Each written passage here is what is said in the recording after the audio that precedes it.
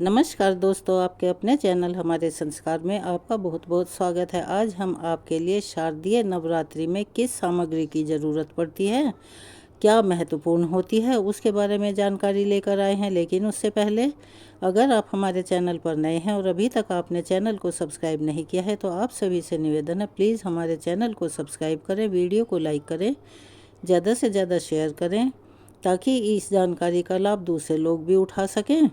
Bell icon को दबाना ना भूलें ताकि हमारी आगे आने वाली वीडियो की जानकारी आपको नोटिफिकेशन के जरिए मिल जाया करे। कमेंट्स बॉक्स में जय माता दी अवश्य ही लिखिए। नवरात्रि का जो त्यौहार है यह शक्ति और समर्पण का प्रतीक होता है। हर वर्ष हम सब के लिए यह एक नई ऊर्जा और उत्साह हर्षोल्लास लेकर आता है। इन 9 दिनों में देवी दुर्गा की आराधना के लिए भक्त व्रत रखते हैं और इसका पूरे साल भर इंतज़ार करते हैं। वैसे तो नवरात्रि साल में 4 बार आती हैं, जो कि 2 गुप्त होती हैं और 2 नवरात्रि ऐसी होती हैं जिसमें आम लोग सभी व्रत रखते हैं और पूजा करते हैं। एक चैत्र के महीने में और दूसरी आश्विन के महीने में। तो चलिए अब हम आपको जानकारी देते हैं इसकी सामग्री के बारे में।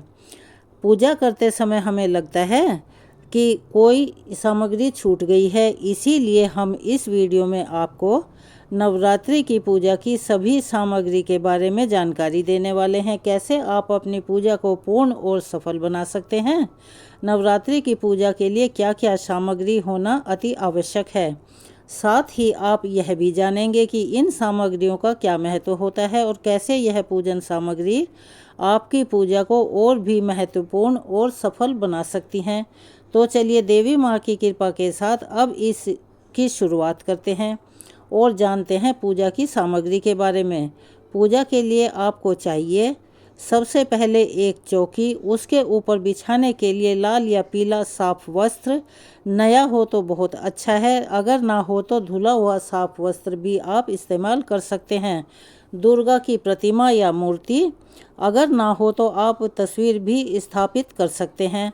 और इस दिन कलश की स्थापना भी अति शुभ मानी जाती है और बहुत महत्वपूर्ण होती है। तो कलश की स्थापना करने के लिए आपको चाहिए एक कलश। यदि आपके पास पीतल का कलश है या चांदी का, सोने का कलश है तो आप उसका इस्तेमाल करें।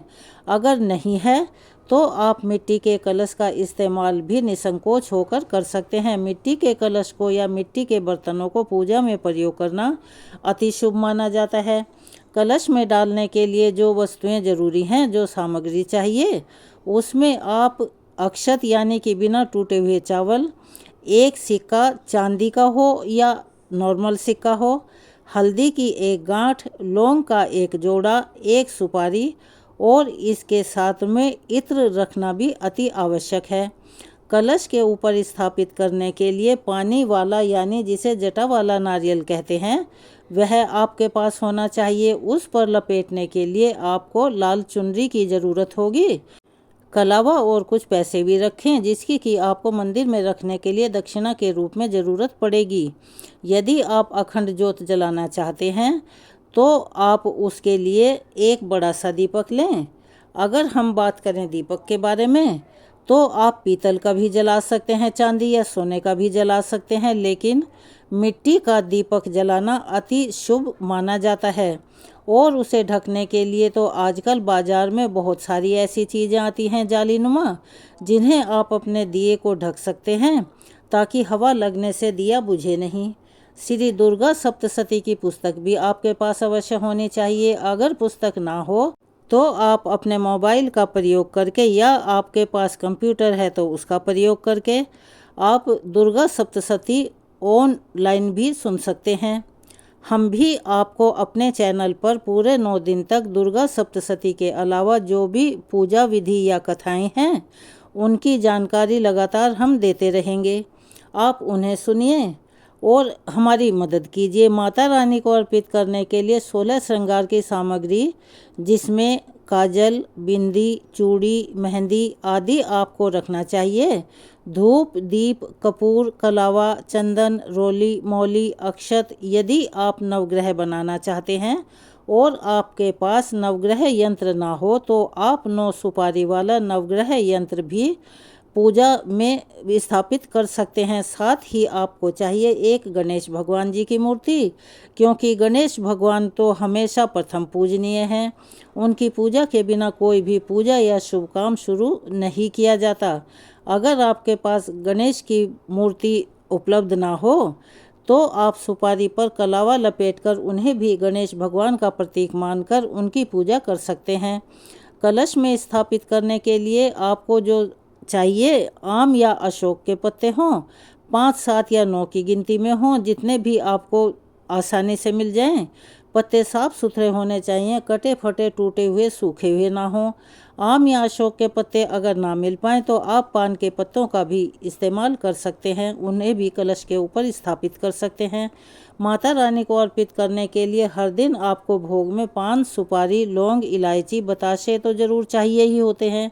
इसके बारे में तो सभी जानते हैं। इसके अलावा आप मौसमी फलों का और मिठाइयों का भोग भी लगा सकते हैं।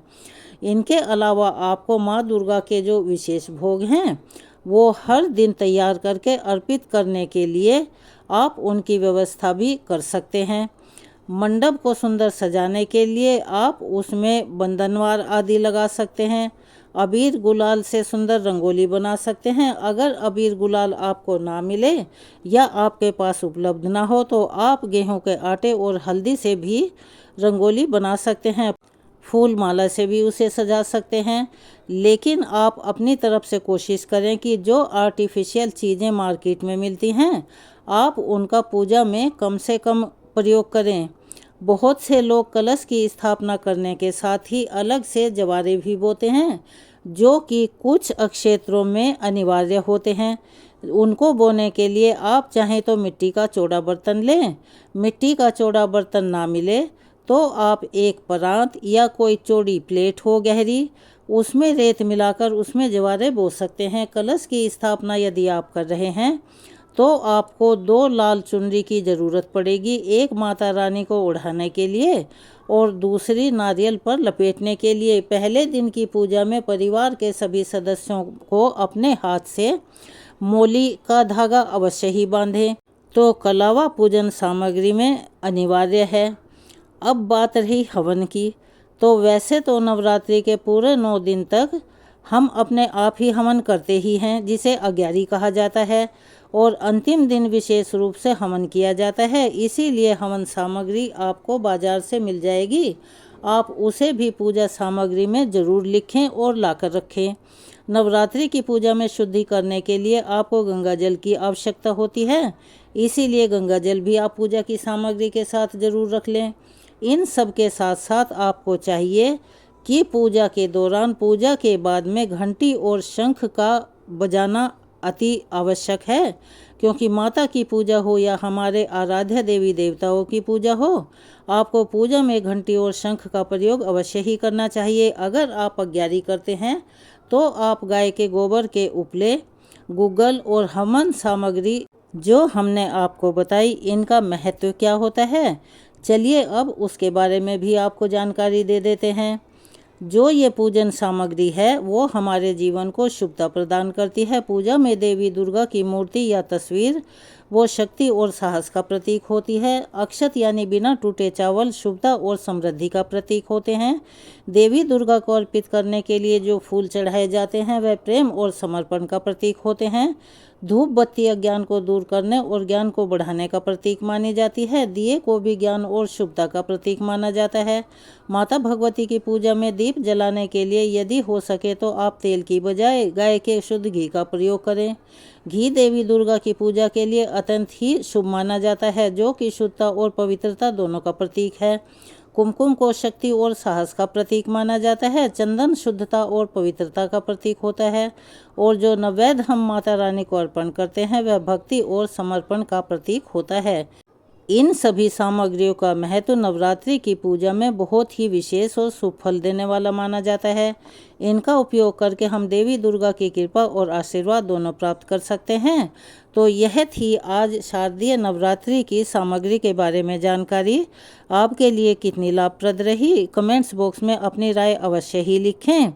चैनल पर अगर आप नए हैं तो हमारे चैनल को सब्सक्राइब कर लें, वीडियो को लाइक करें, ज़्यादा से ज़्यादा शेयर करें, बेल आइकन को दबाना ना भूलें ताकि हमारी आगे आने वाली वीडियो की जानकारी आपको नोटिफिकेशन के जरिए मिल जाया करे। अपना सहयोग और प्यार हमें ऐसे ही देते रहें।